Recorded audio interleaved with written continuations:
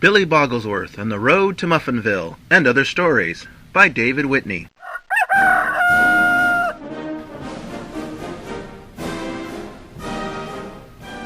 Billy Bogglesworth. One fine morning at 1:45, the sun came up on Kalamazoo.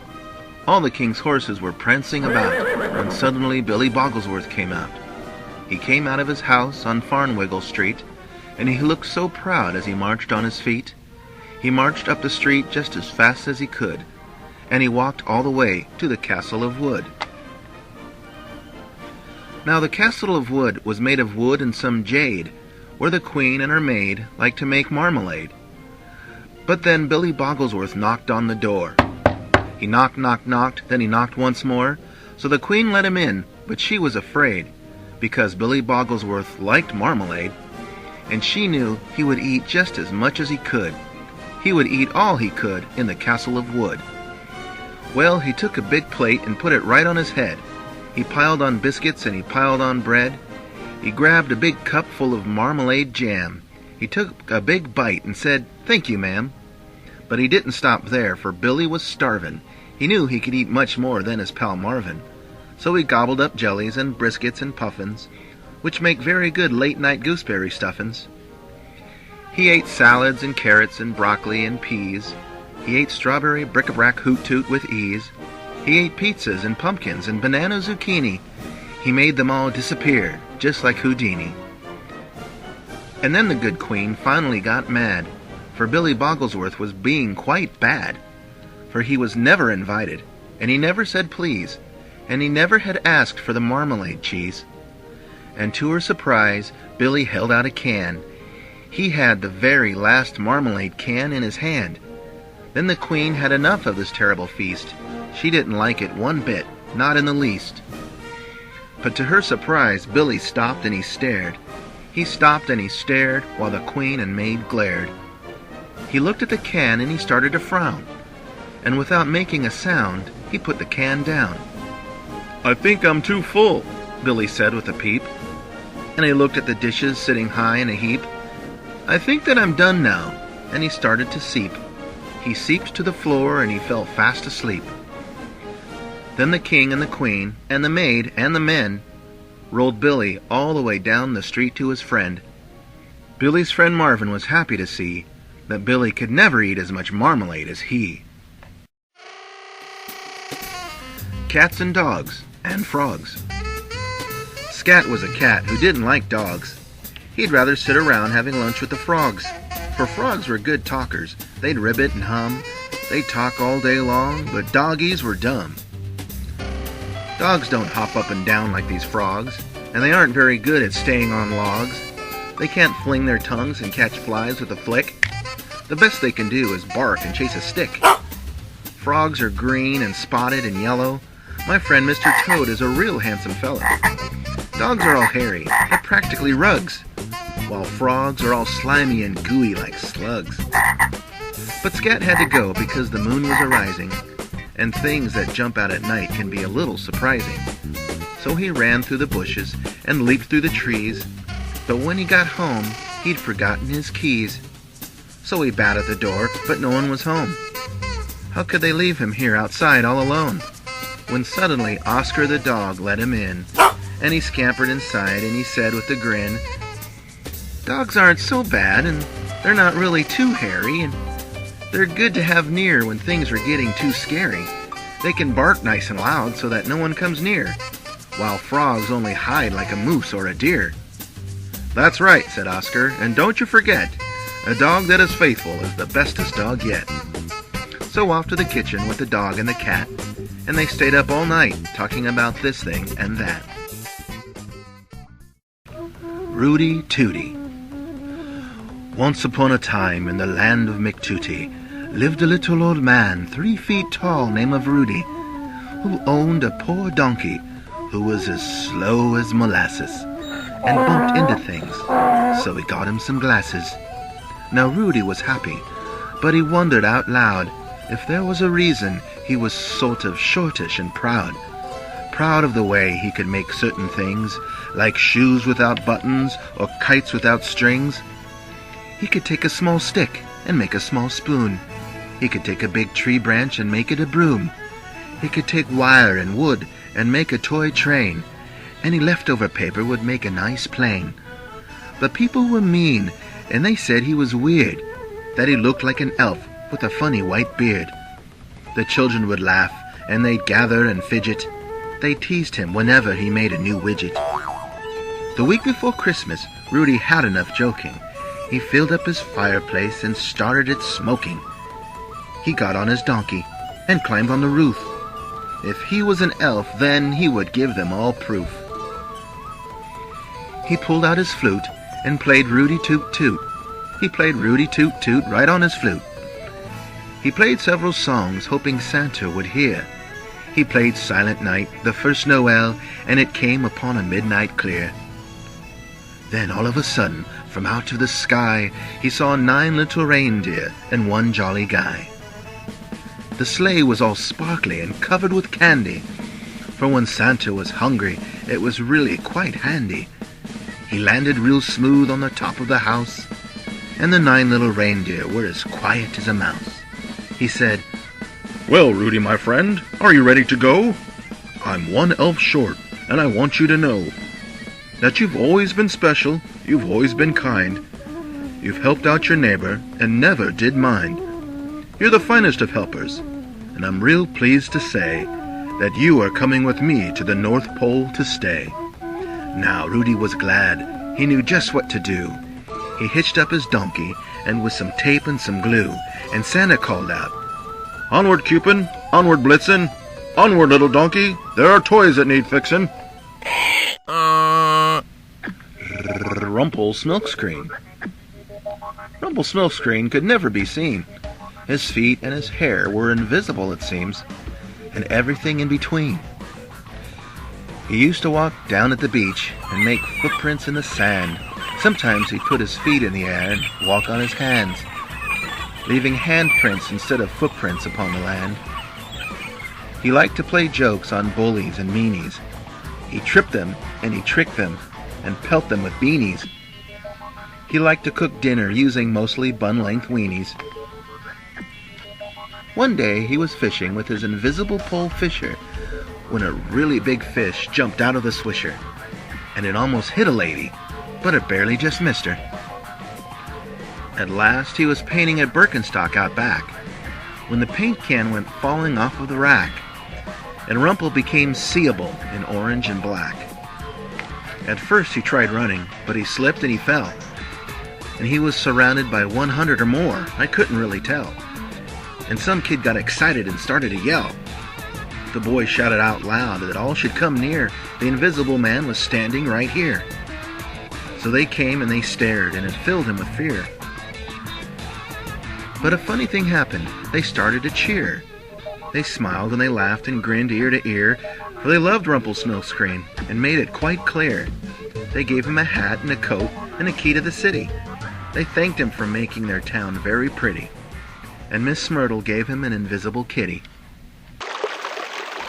Commander McFlubbadub. On a sea of blue, near the island of Knots, Commander McFlubbadub wore his pajamas with spots. And he sailed on his boat that he named Miss Mandy, and he drank purple fizzies with straws made of candy. To his surprise, he saw a tiny ship sail. It was maybe no bigger than a baby squirrel's tail. So he slowed down his boat to get a closer peek, and that's when he heard the funniest squeak. Somebody tiny down there on the deck was singing a song like a singing song speck, and he barely could hear what the little speck sang, so he leaned even closer, and the tiny voice rang, "I'm a sailor on the sea of Sandaree, and I've got me a seahorse and a tail-colored 3. I'm as happy as a mithmith that's just escaped from a clam. I'm a brave little soldier, yes, that's what I am." So Commander McFlubbadub was delighted to find them, and wondered how many miles had traveled behind them. So he said to the little man down on the deck, "Where are you going, my little friend Speck?" The tiny sailor was startled, but shouting he said, "We've got many leagues to go, Mr. Elephant Head. The trip will take years, and some months, I'm afraid, all the way to the coast of Bimscatterberade. Bimscatterberade is not far from me at all. I can get you there faster than someone so small. So he picked up the boat and placed it right on his shoulder, and he turned to the west, never hitting a boulder. In a few short hours, he had sailed the whole way, and the whole group of miniature people shouted, "Hooray!" But no gift they could give was large enough to be seen, so they gave him their boat, which was purple and green. So now the commander sails with the boat on his hat, and when the other sailors see him, they say, "Would you look at that?" Pink Pepperoni. There once was a girl named Heather Spumoni who worked for her dad at the parlor of Tony. But she got tired of making pizza without any feeling, so she stayed up one night and made something appealing. She added and stirred, and she cooked and she baked. She used every ingredient a chef ever made. She chopped it and sliced it and served it up fine. She was quite sure that her dad wouldn't mind. At lunch the next day, the orders came in for pizza with sausage and cheese, nice and thin. But finally an order for pepperoni came through. Heather Spumoni knew just what she'd do. She took out her special new original treat, and she placed it right on the top nice and neat. She hit the bell, and the order went out. She knew that the people would like it, no doubt. Minutes went by, and she waited with a smile, when bang through the door came the waiter looking riled. "You can't have a pizza with pink pepperoni. This isn't a pizza, this is a phony." And in walked the people, and in walked her dad, and they all looked at Heather, who was looking quite sad. "Try it, you'll like it," said Heather. "If only you'll try just a bit of the pink pepperoni." Slowly they all took a slice of the pink pepperoni, made by none other than Heather Spumoni, and opened their mouths and chewed it like mad. And soon the whole restaurant was feeling real glad, for pink pepperoni is a wonderful treat, and if you ever get a chance, you really should eat, because it tastes like bubblegum and looks like bologna. And now you know the tale of Heather Spumoni. And now, the road to Muffinville. The road to Muffinville. I'm reading, thank you very much. How come you sound like a pirate? I don't sound like a pirate. Sure you do. Why do you sound like Mickey Mouse? I don't sound like Mickey Mouse. Moving along, then.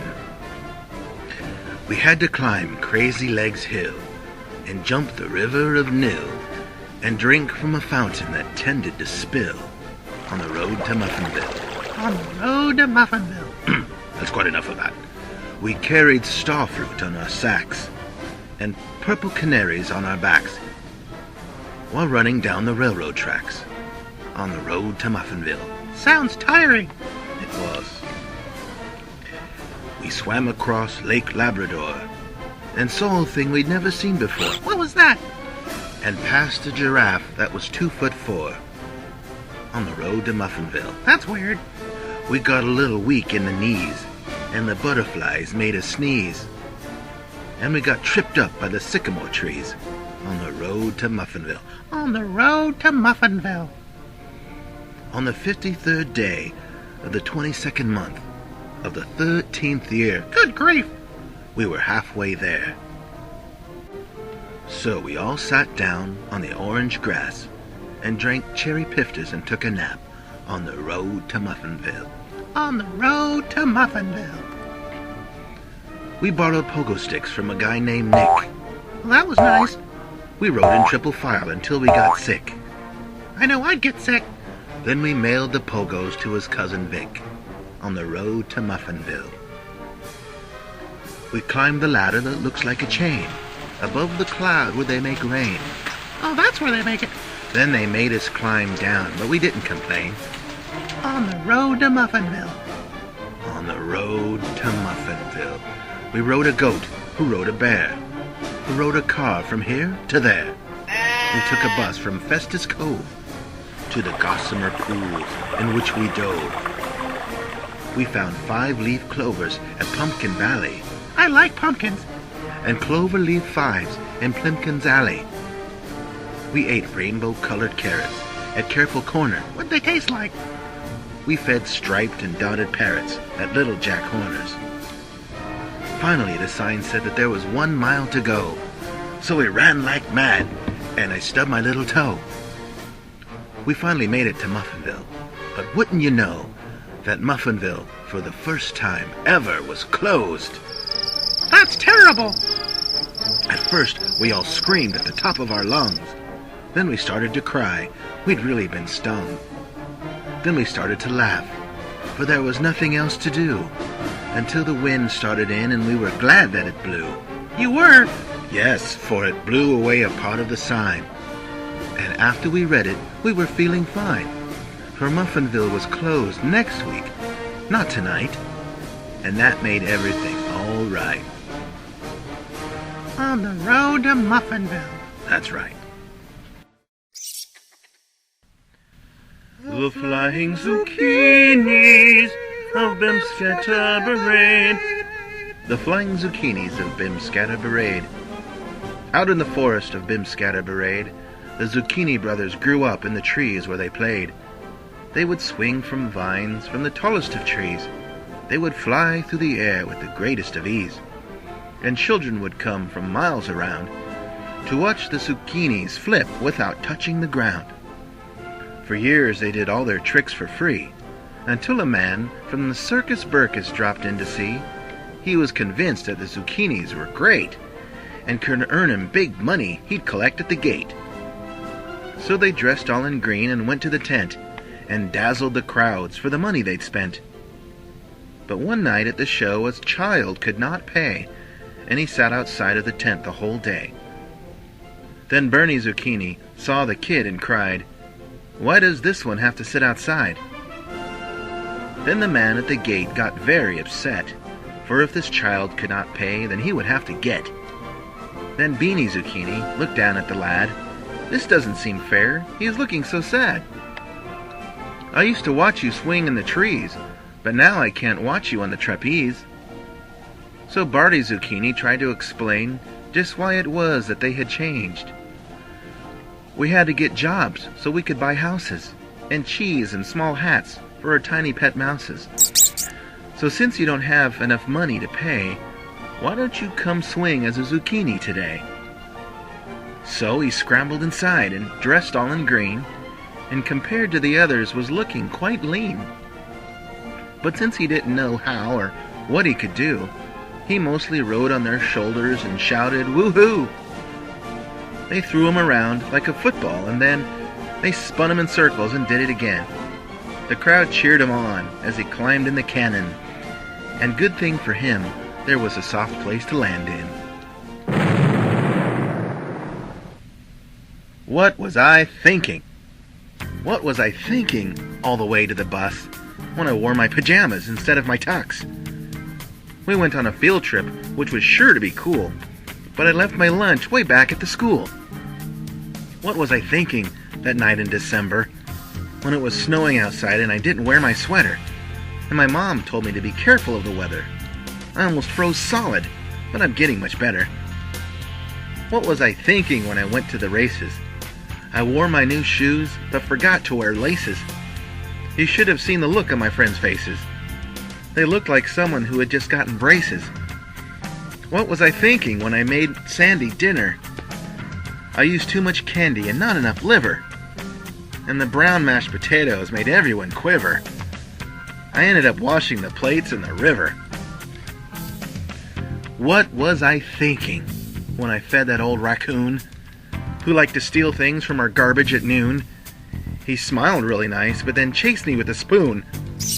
I think maybe I woke up that day an hour too soon. What was I thinking when I dyed my hair green? So green, in fact, that my mother made a scene, and she made me take a bath so I would get clean. But the hair on my head stayed green for a week, or so it seemed. Lost in the couch. On Serendipity Drive, near Parker and Clive, stands a house that has been there since 1955. And in the middle of the home, sitting there all alone, is the puffiest couch that ever was sewn. For when people come in to check out the house, they always have a seat right there on the couch. But they never can escape, for the pillows are too puffy. And then after a while, they no longer feel stuffy. There's the Turstons from Texas, and the Kuipers from Malloy, and their twin boys, Frank and Fred, with their popper gun toys. There's Miss McFlurry, who was in such a hurry. Just how she got sucked in is still a little blurry. There's a cat they call Longtail, who is white and black, and a policeman named Jack, who says he has to get back. The painter who came to paint the house is named Mike, and somehow he managed to bring in his bike. Peter and Paul look for coins on the floor, but after so many years they can't find any more. The baker bakes pies made out of the stuffing, and believe it or not, they taste good, I'm not bluffing.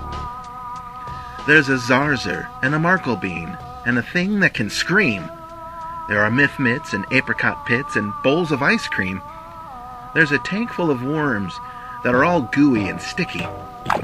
There's an annoying young mule that's all angry and kicky. And no one ever can leave from the couch, even though we wish at least Mr. Grouch could crawl out the top and go back to his pad. Maybe he needs to spend more time with his dad. Then all of a sudden, a strange package came down, and it made a noise like a clock winding down. The baker shouted that everyone better duck, for the package would explode and hit like a truck. When the dust was all gone, everything was just fine. We all stood in the couch and we waited in line, for the baker made cookies that were jasper and clear. So if you ever need to find us, we are still here. If you ever want to chat, better call on the phone. And don't sit on the couch, or you'll join our strange home. But don't call us on Sundays, 'cause that's when we sing. We don't answer the phone, we just let it ring.